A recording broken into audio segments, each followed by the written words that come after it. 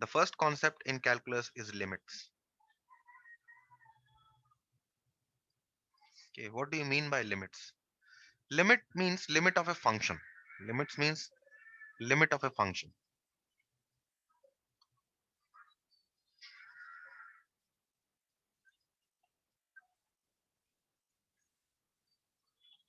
Limit of a function. Suppose I have a function, let y is equal to fx be a function.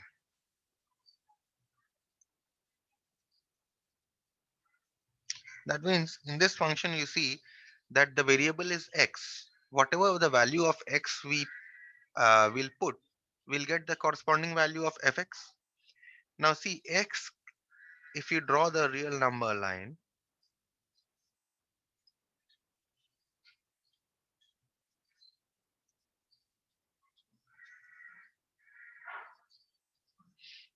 you have this as your 0. Let us take an example to start with. Let us take a function like this. Let fx is equal to x square minus 1 by x minus 1. Okay, this is a function. Now I want to find out the value of this function when x is very close to 1 but not exactly equal to 1. So I have 1 here, 2, 3, and it will continue.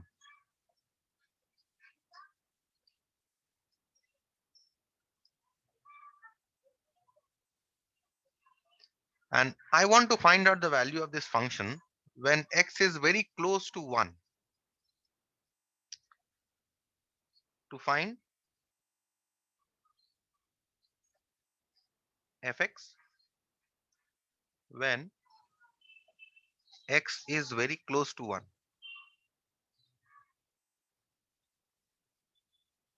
1. Okay. Now what can be the how can we take x very close to 1? We say when x is close to 1 but greater than 1. When x is close to 1 but greater than 1, we write this as x tends to 1 and we give a plus sign. Now what does this mean? Look at this table here.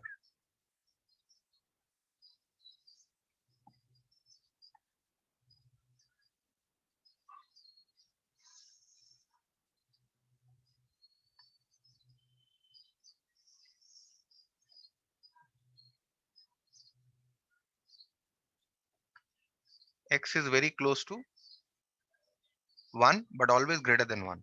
So what can be the values? You can take the value as 1.1 because x is very close to 1 but just greater than 1. It can be 1.01 also, no problem. You can take 1.01. Let us take 1.01, right? You can take 1.001 also. That is also very close to 1.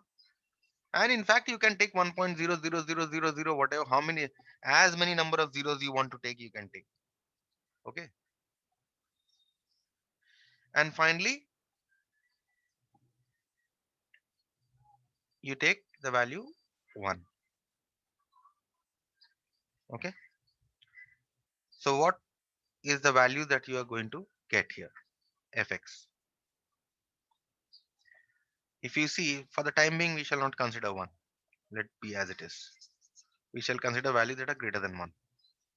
And we can continue this as it is.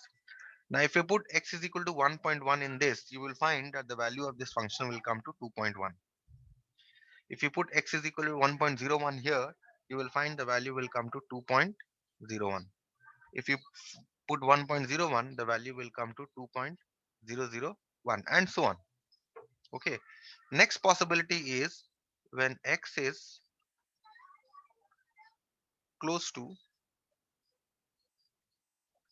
1 but less than 1. This time we write this as x. That is okay. Let me write here. Here it means we read this as x tends to 1 plus. Okay, and we write this as x, or let's say x tends to 1 from the right hand side. X tends to 1 from right hand side. X tends to 1 from left hand side. So in this case, what can be the possible values?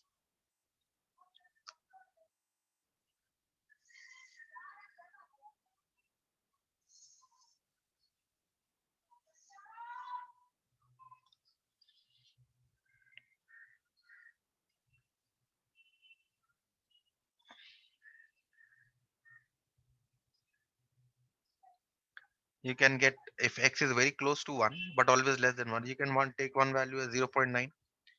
You can take another value as 0.09, another value as 0. Or you can take 0.99, that is very close to 1. 0.0109 is not close to 1. You can take 0.99. You can take 0.999. This is also very close to 1, and you can continue this way.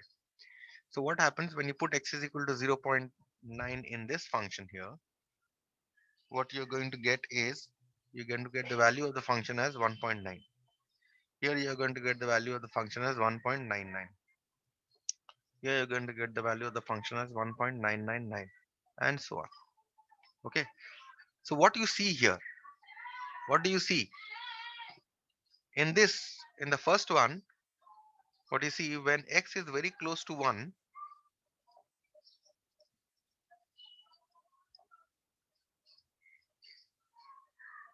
x is very close to 1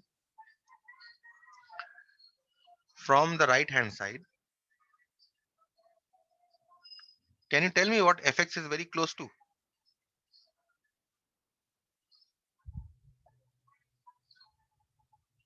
Fx is very close to what number? Can you see from the table and tell me?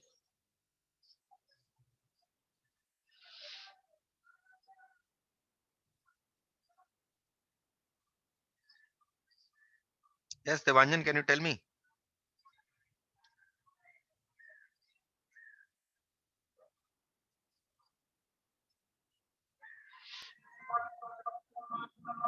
So what you said? When x is very close to 1 from the right hand side, fx is very close to what number? Hmm. If x is very close to 0.9, 1.9. Why 1.9? It is very close to 2. 2.1, 2.01, 2.001. Oh, that Fx table. is very close to 2. When x I is thought very the close down to, table was. yeah, this is what you must realize. When x is very close to 1 from left hand side, fx is very close to, again 2. Fx is very close to 1.9, is very close to 2. 1.99 is very close to 2. 1.99 is very close to 2. So what you see here, you see that when fx is very close to 1, and when fx from the right hand side, the function fx is very close to 2, we write this as limit. Remember this is called the right hand limit. We write this as limit x tends to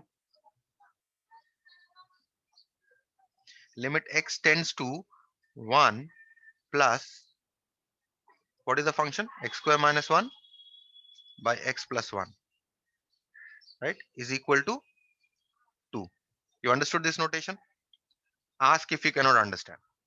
Similarly, when x is very close to 1 from the left hand side, fx is very close to 2. We write this as limit x tends to 1 from the negative side. Function is x square minus 1 by x plus 1 must be equal to 2. That is what it means. So limit of a function, and before proceeding, let me just tell you that when these two limits are equal, that is, this limit is called the right hand limit. Okay, so let me just write. right hand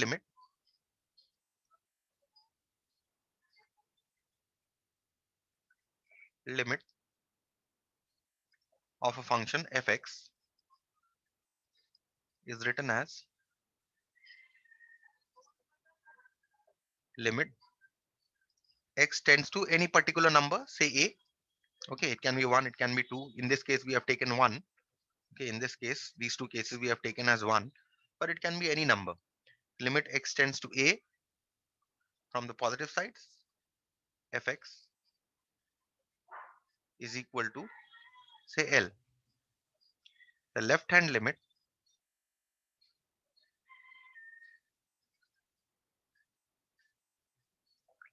of fx is written as limit x tends to a minus fx is equal to L. That means does not write L. Simply written as limit x tends to a plus fx and limit x tends to a minus fx. Okay, so you understood the meaning of limits? Is limits clear? Yes, sir. Yes, sir. Yes, sir. Can be any function, a can be any number, fx can be any function. This x square minus 1 and x plus x by x minus 1, I've only given you as an example. Okay, so what we'll do here is that now once you know the left hand limit and the right hand limit, you will check first whether they are equal. If limit x tends to a plus, let me write this number 1. If limit x tends to a plus fx and limit x tends to a minus fx both exist separately. What do you mean by exist separately? Exist separately means both exist separately means that they have particular values. Okay, they have particular, like here, see, fx has a particular value here, x square minus 1. What is that particular value? 2. Here also they have particular value 2, isn't it? Right hand limit and left hand limit both have particular values 2. If they have particular value, that is what it means. If they exist, it may be infinite also, particular value may be infinite also. Okay, if they exist, and the second condition is that if they are equal, that is the right hand limit is equal to the left hand limit,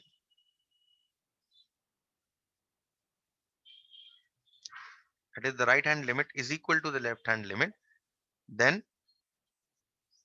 we say if both the conditions are satisfied at the same time. Remember, both the conditions have to be satisfied.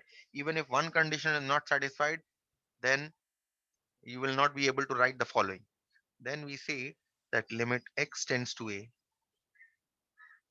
fx exists. Okay, exists. Now see, this was a very long cut method, right? So as I said before proceeding, let me just repeat this once again, that if for this limit to exist, limit x tends to a fx, if this exists, both the conditions have to be satisfied at the same time. That is, both the limits must have particular values.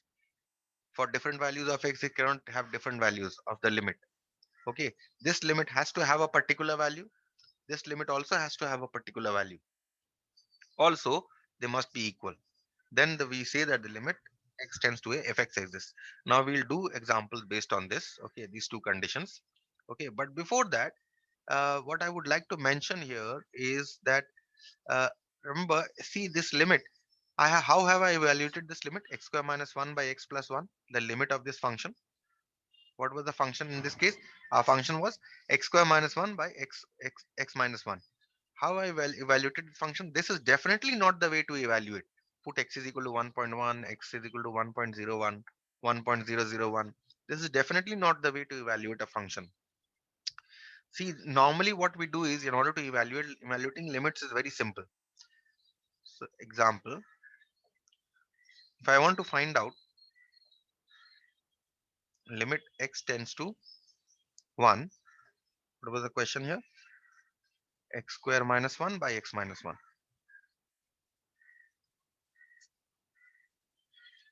Okay, what you do here is you directly put x is equal to 1. Understood?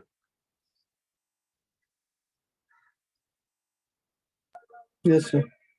But the problem here is what? If I put x is equal to 1, what will happen?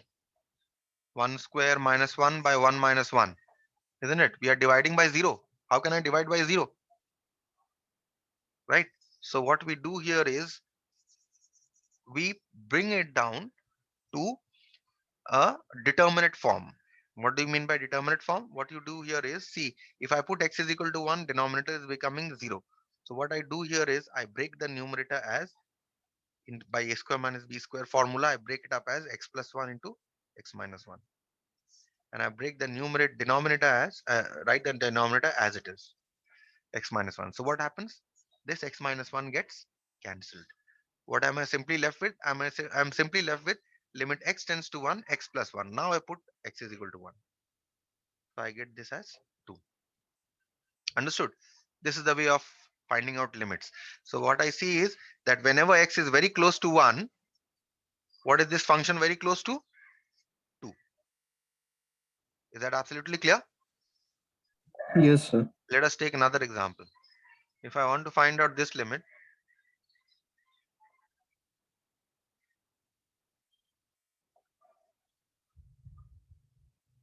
how will I find this?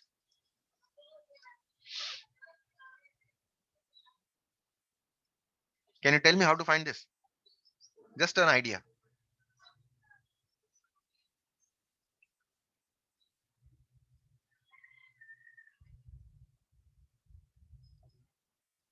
Tell me. Do you know? Yes or no? Multiplying 0 and it will be 1. As I told you, yes, it should be answer should be 1.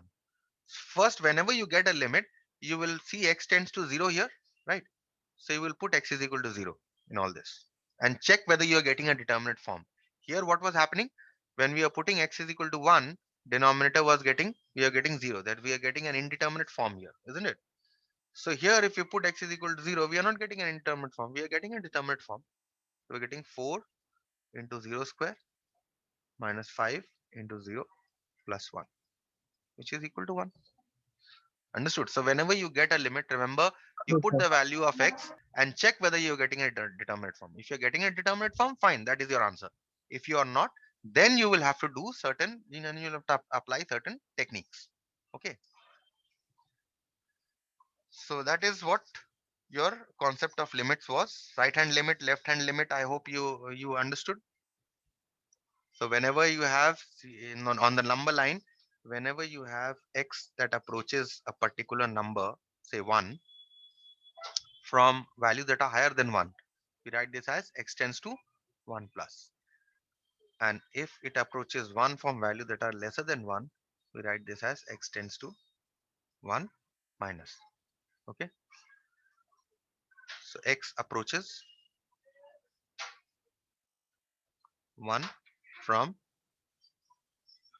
right hand side, and here we write x approaches 1 from left hand side. Okay, remember this. Okay, so with this idea, we start with the exercise here.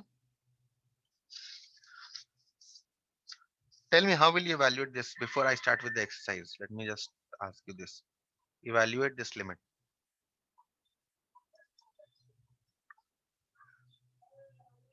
Limit x tends to 3, x square minus 9 by x minus 3. Tell me, how will you evaluate this limit? Just give me an idea. Look at the previous one and take the idea.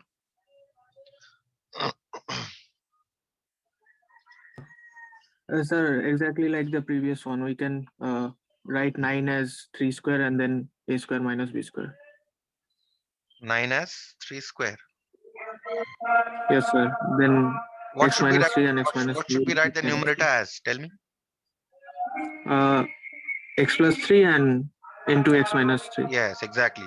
And why are we not putting x is equal to 3 directly? Because denominator we will get 0. That's 0. why. We will get an indeterminate form. Okay. Yes, sir. Not defined. So we'll write this as x plus 3 into x minus 3. We cancel out that factor, which is giving us an indeterminate form. X minus 3 was giving us an indeterminate form. We cancel this out. We simply get x plus 3. And sorry, limit x tends to 3, x plus 3.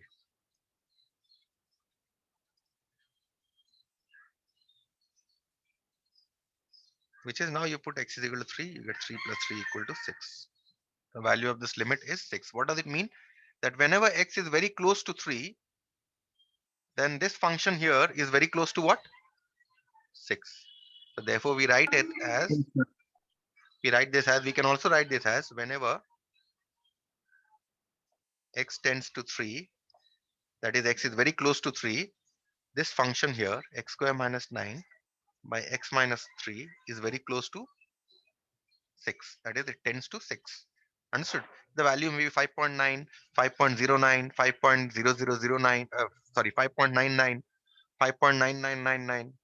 Okay, it can be 6.01, it can be 6.023 also, but it will be very close to 6. It will always remain very close to 6. Next question here is problem. This is from your exercise. Let me just write exercise. The first problem here is show that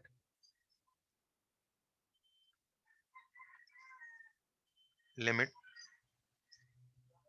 x tends to 2 mod x minus 2 by x minus 2 does not exist. What is the existence? What can you say about existence of the limit? This one, this condition.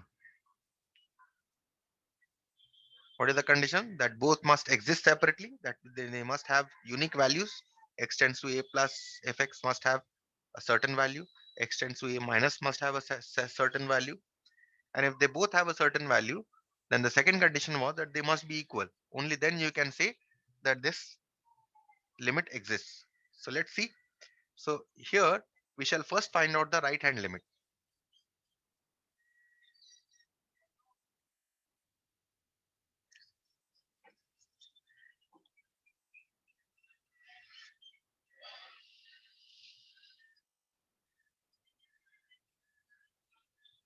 Right hand limit. Limit x tends to 2 plus, right? Is the right hand limit mod x minus 2 by x minus 2.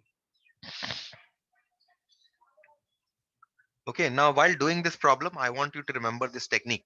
Okay, that whenever you want to evaluate x tends to 2 plus, whenever you have x tends to 2 plus, what you will do is you will take let x minus 2 is equal to h,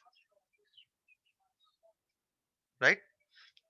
Whenever you have x tends to 2 plus, you will take, remember, bear it in your memory always. Whenever you will have x tends to a plus, that is at the right hand limit, x tends to a plus, you will take x minus a is equal to h. So since this is x tends to 2 plus, we take x minus 2 is equal to h. Therefore, as x is very close to 2, always remaining greater than 2, h is very close to 0. You agree with this? Say if you take x is equal to 2.1, then what is 2.1 minus 2.1 minus 2? It is very close to 0, isn't it? If you take x as Yes, sir. 2.001, then also h will be very close to 0. So therefore, where as x is very close to 2, remaining greater than 2, then h is very close to 0. So therefore, what we can write? From here we can find out the value of x. X is equal to h plus 2. Therefore, what is the right hand limit? The right hand limit now from x, I change this to h. Limit now x tends to 2 plus, I change to h tends to 0. And I change everything from x to h. So x is h plus 2. Instead of writing x, I'm writing h plus 2 because if x is equal to h plus 2, I'm changing everything in terms of h. Minus 2 divided by h plus 2 minus 2. Clear? So this will cancel, this will cancel. What are you getting? Limit h tends to 0 mod h divided by h. Now if h is very close to 0, what is mod h? What is mod h if h is very close to 0? Not equal to 0 definitely. But what is mod h? H is very close to 0. Let us consider minus 0.1. What is minus 0.1? It is 0.1, isn't it? Yes, sir. If h is very close to 0, that means it can be 0.1 also, plus 0.1 or 0.2, let's say. It will also be the mod of 0.2 will also be 0.2. So if h is very Yes, close sir. to 0, then mod h will become h only, right? Yes, sir. Isn't it? And divide by h. So this will become limit h tends to 0, h by h, that means limit h tends to 0, 1, which is equal to 1 simply. Understood? Left hand limit. Yes, sir. Limit h tends to 0. Sorry, x tends to 2 minus. This is the left hand limit. Mod x minus 2 divided by x minus 2. Now, in case of left hand limit, what you do here is, remember again, whenever x tends to a minus, x tends to a number from the negative side, or from the left hand side, sorry, from the left hand side. Whenever x is very close to a number from the left hand side, I will take 2 minus x is equal to h. You see the difference here? I have taken x minus 2 is equal to h here. And here I have taken 2 minus x is equal to h. You see the difference?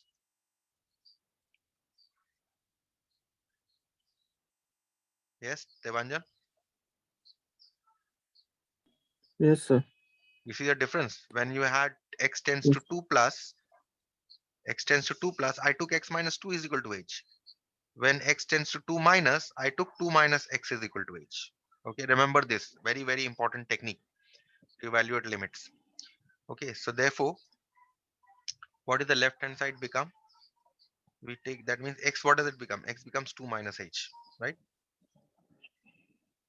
The left hand side, everything change everything in terms of h. As x tends to 2 minus, h tends to 0. So I write h tends to 0. And with mod, I write this as 2 minus h minus 2 divided by 2 minus h minus 2. Okay. So this plus 2, this minus 2 will cancel. Plus 2 and minus 2 here will also cancel. So what are you going to get? Limit h tends to 0 mod of minus h divided by minus h. The mod of minus h is how much? Mod of minus h will become only h only, 8. Yes, sir. and minus h we write as it is. So what happens? These two cancel. What do you get? Limit h tends to 0 of minus 1, which is minus 1. So what do you see? The right hand limit has a particular value, 1, right? Also, the left hand limit, this is L. This is L, left hand limit.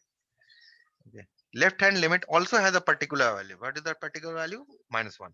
So is the first condition satisfied? Yes, both the limit No, like, sir. yes, first condition is No, first satisfied. is satisfied. That is, we Second have is 1. this value of this is +1 and the value of this is -1. So this condition is satisfied. But the question is, are Yes, they sir. equal? Second one is 1. Second one is not satisfied. No. So therefore, we say that this limit does not exist. So we write, since limit x tends to 2 plus mod x minus 2 by x minus 2 is not equal to limit x tends to 2 minus mod x minus 2 by x minus 2. Therefore, we say, hence limit x tends to 2 mod x minus 2 by x minus 2 does not exist. Okay, that is what you had to show. Okay, that is what you had to show that it does not exist. Clear with this?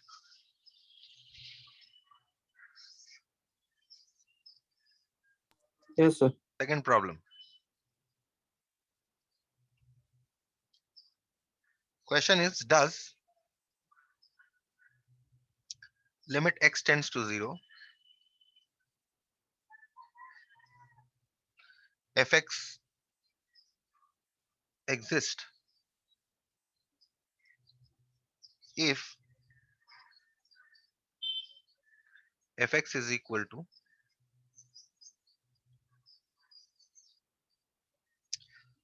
x when x less than 0, 0 when x is equal to 0, x square when x is greater than 0. Now, do you know what I had mentioned to you what this kind of function is called? You know what this function is called? Do you remember? This is called a piece function, if you remember. It's called a piece function, isn't Yes, it? sir. Yes. So that is what. So what you do here is, the question is, does this limit exist? So again, we'll check whether the right hand and the left hand limit exist.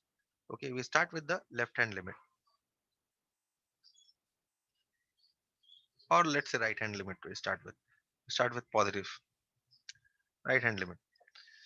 Right hand limit is x tends to 0 from the positive side, that is value that greater than 0 fx. Now see, if x is very close to 0 but greater than 0, what is the value of the function here? X square. So we'll take limit x tends to 0 plus x square. Do you agree with me? Yes, sir. Okay. So limit x tends to 0 plus x square. This is um, now if you remember how I told you to evaluate these such limits.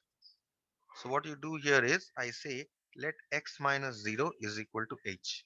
In fact, let x is equal to h only. Okay. Therefore, as x tends to 0 plus, h tends to 0. So therefore, what is the right hand limit? Limit x tends to, we change everything in terms of h. So limit h tends to 0. And here x minus 0 is equal to h means x is equal to h. So you put x is equal to h square. What do you get? You get 0 square, which is equal to 0, right? Now the question is what the right hand limit, left hand limit, sorry. Left hand limit is limit x tends to 0 minus fx. Limit x tends to 0 minus. Now x is approaching 0 from values that are lesser than 0. So what is the value of the function here? X. Okay. Now we shall evaluate this limit. This time what we'll do is we'll take 0 minus x is equal to h. Right? That is, put x is equal to minus h as x tends to 0 minus h tends to 0. Right? So therefore, what is the left hand limit? Now we write everything in terms of h. Limit x tends to 0 minus x can be written as limit h tends to 0, and instead of x we write minus h. So what are we getting? If you put h is equal to 0, again you get 0 minus 0, that is 0, isn't it? So that means what do you see? That left hand limit, right hand limit has what value? Particular value 0. Left hand limit, what is the particular value? 0. So is the first condition satisfied? Yes, the first condition is Yes, sir. satisfied, that they have particular values. So what was the second condition? Are they equal? Yes, they are equal. Both are equal to Yes, sir. 0. So therefore this limit exists. Since limit x tends to 0 minus fx is equal to limit x tends to 0 plus fx. Let me write the function by fx. Fx, because it is a piece function, they have different values. Fx is equal to 0, hence limit x tends to 0, fx exists. That's it. Okay, I will stop here for today.